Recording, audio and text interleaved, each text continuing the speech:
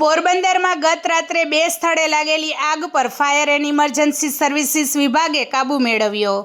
પોરબંદર મહાનગરપાલિકાના fire and emergency services વિભાગ દ્વારા શહેરમાં રાત્રિના સમયે બનેલી આગની 2 ઘટનાઓમાં તાત્કાલિક કામગીરી કરીને આગને કાબૂમાં લેવામાં આવી હતી। પ્રથમ બનાવ પાંજરાપોર રોડ ઉપર સબસ્ટેશન નીચે પડેલા કચરામાં આગ લાગવાનો બનાવ બન્યો હતો। તેમની જાણ થતાં જ ફાયર બ્રિગેડની ટીમે ઘટના સ્થળે પહોંચી આગને બુઝાવી પરિસ્થિતિ નિયંત્રણમાં લીધી હતી।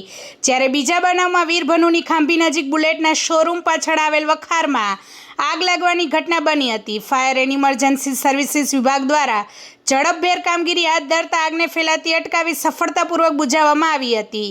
સામાન્ય આગના જણાતા બંને બનાવમાં કોઈ મોટી દુર્ઘટના સર્જાય નહીં તે માટે ફાયર એન્ડ ઇમરજન્સી સર્વિસીસ વિભાગ દ્વારા તાત્કાલિક કાર્યવાહી કરવામાં આવી હતી।